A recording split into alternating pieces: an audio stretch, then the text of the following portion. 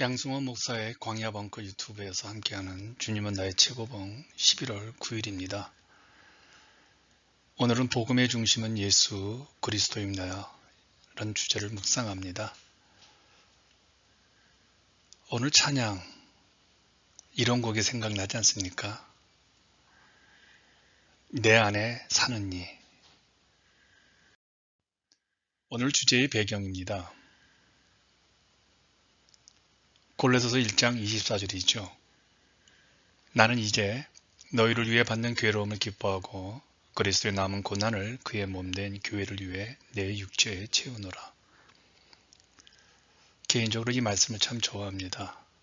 나의 고난을 통해서 교회가 세워져 간다는 이 의미이죠.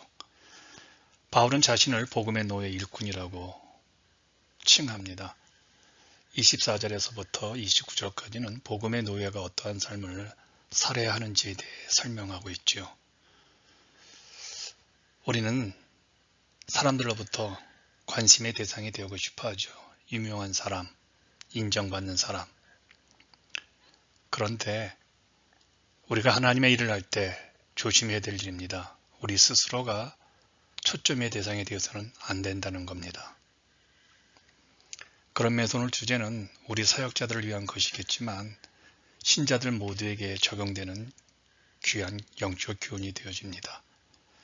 중요한 것이 이겁니다. 우리의 초점은 예수 그리스도 우리 주님이라는 겁니다. 복음의 중심은 사람이 아니죠. 예수 그리스도시죠.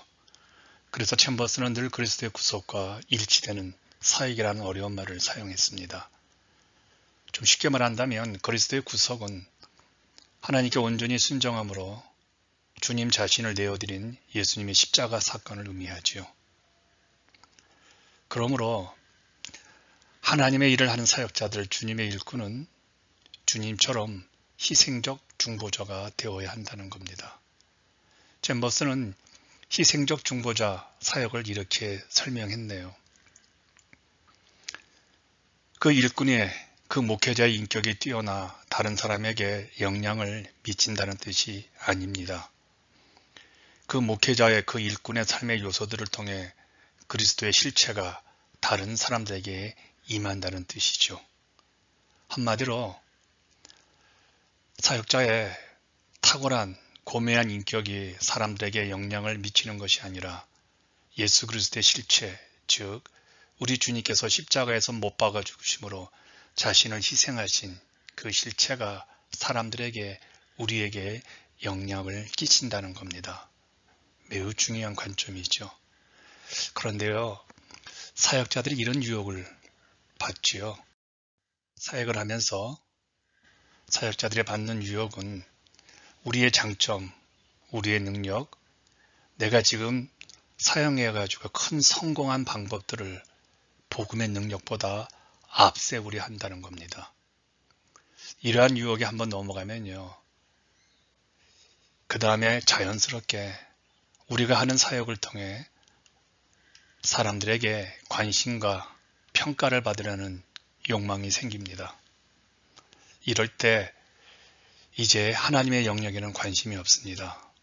오직 내 자신의 영역에만 관심을 두게 되겠죠. 그런데 꼭 기억하셔야 합니다.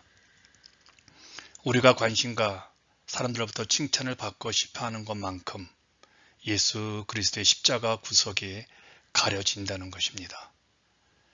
그 목사님 인격이 참 좋아, 대단해, 아주 매력적이야, 그분의 설교는 놀라운 통찰력을 갖고 있어.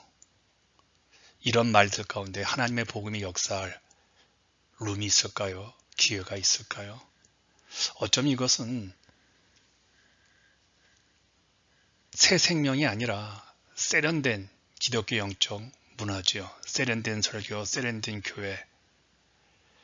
하나님은 인간의 평판에 집착하는 사역자들, 신자들과는 아무 일도 할 수 없다고 하십니다. 그래서 우리는 나는 죽고 예수로 살아야 합니다. 우리 마음의 보좌를 드리라는 얘기겠죠. 주님께서 우리 자신을 통해 영광의 자신을 드러내신 그 일을 우리가 해야 한다는 겁니다. 역사적으로 타락한 사역자들이 우리들에게는 굉장히 큰 반면교사가 됩니다. 타락한 사역자들의 교훈. 우리는 역사적으로, 아니 지금도 크게 쓰임받았던 사역자들이 한순간에 쓰러지는 것을 보고 듣습니다. 왜 그럴까요? 타락은 언제부터인가 사역자들의 사역에서, 목회자들의 사역에서 하나님이 보이지 않으면서부터 시작이 됩니다. 언제부터인가는 모르겠지만요. 하나님의 일을 통해 내 자신을 드러내고 싶은 욕망으로 인해 자신의 경험, 자신의 학력, 자신이 섬기는 교회 규모를 자랑하기 시작하죠. 이것은요, 사람들의 관심 우리가 받을 때 하나님의 목적이, 교회의 영광이 어떻게 무너지는지 역사적으로 우리에게 명확하게 보여주고 있습니다.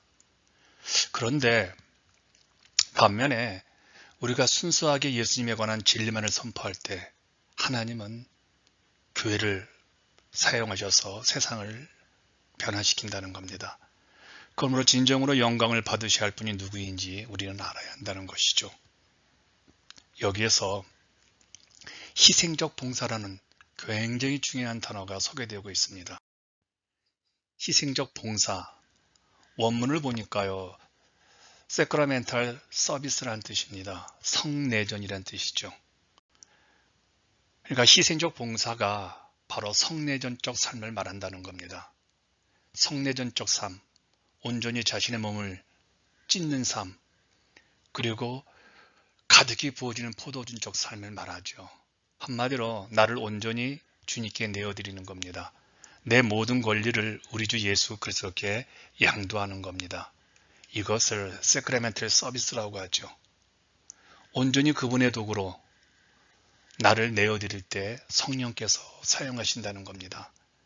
결국 희생적 봉사란, 성내전적 삶이란 온전히 주님만을 드러내고 주님만을 높이는 삶으로 우리의 이웃을 위해서, 다른 이들을 위해서 내가 찢겨진 빵과 가득히 부어지는 포도주 삶으로 살아가는 삶을 말하는 겁니다.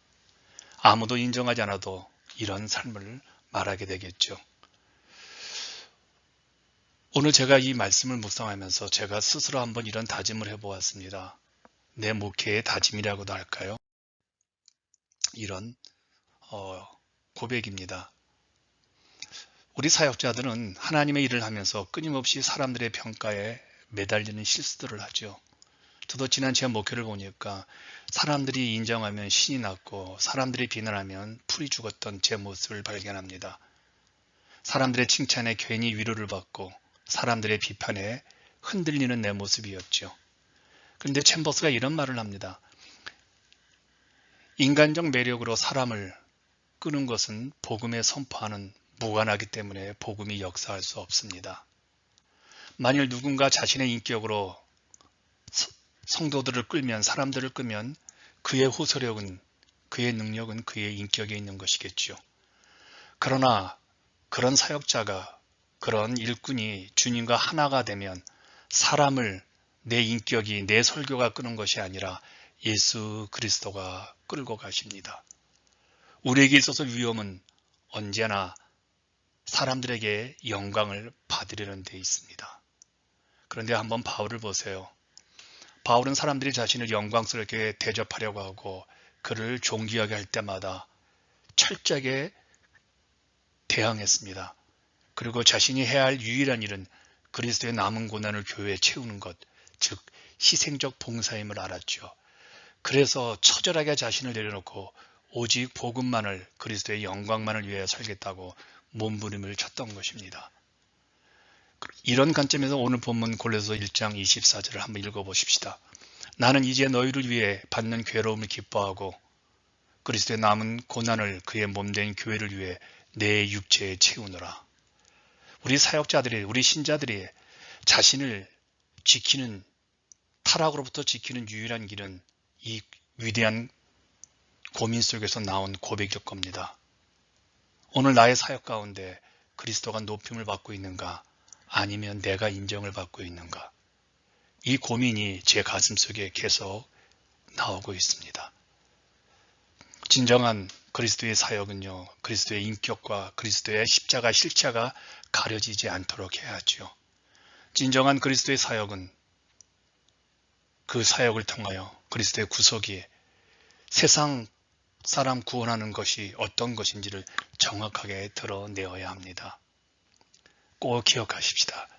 영광은 우리 것이 아니라 하나님의 것입니다. 그래서 인간이 진정한 목회적 행복을 느낄 때는 인간이 영광을 받을 때가 아니라 하나님 영광을 받을 때, 그 목회자가 아무리 초라하고 그 교회가 아무리 소수의 성도가 모인다 할지라도 행복한 교회이겠죠. 그러므로 여러분, 하나님의 일을 하면서 사람들에게 인정과 칭찬을 받지 말고 영광도 받지 마시고 우리 하나님의 영광, 교회의 영광만을 생각하면서 살아가십시다. 당신이 신앙 고백하고 실천하기입니다. 당신은 지금 누구를 바라봅니까? 혹시 당신 주변에서 당신에게 멋지다거나 대단한 설교자로 칭찬하면 기분이 좋아지죠. 그런데 하나님의 인간의 평판에 집착하는 그 목회자와 그 신자와는 아무 일도 하지 않습니다. 꼭 기억하십시오. 이제 한 번 더 질문하겠습니다. 하나님의 일을 하는 당신의 마음속에 자랑하고 싶은 것은 무엇입니까? 학벌입니까? 교회 규모입니까? 좋은 성도가 모여 있다는 자랑입니까? 숫자입니까? 혹시 당신이 그것들을 사람들에게 자랑할 만큼 또 자랑하는 그 강도만큼 하나님은 엷어지고 하나님의 영광은 가려진다는 것을 기억하십시오. 오늘 하루도 하나님의 영광만을 생각하면서 하나님으로부터 오는 행복함을 누리는 여러분들을 응원하겠습니다.